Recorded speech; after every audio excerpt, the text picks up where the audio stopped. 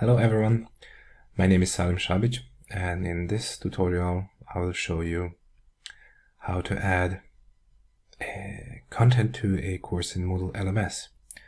So let's get started. First of all, you need to log in into your Moodle LMS site, and then you need to navigate to your course which you want to edit or change.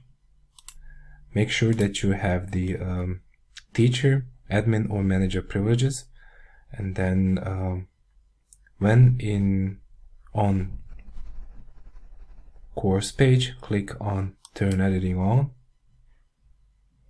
Find the section in which you want to add a content and click add activity or resource, and then from the available list of activities and resources, select the one that you think is the required or the one that will do, so to say.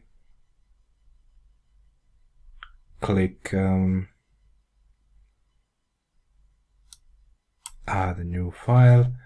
On the next page, fill the details regarding that content and then click to save and return to course.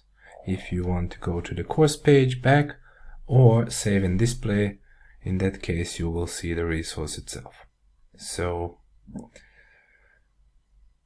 thank you for watching. This was a short tutorial on how to add the content. In the next tutorials we will see how to add a specific content types to a Moodle LMS course.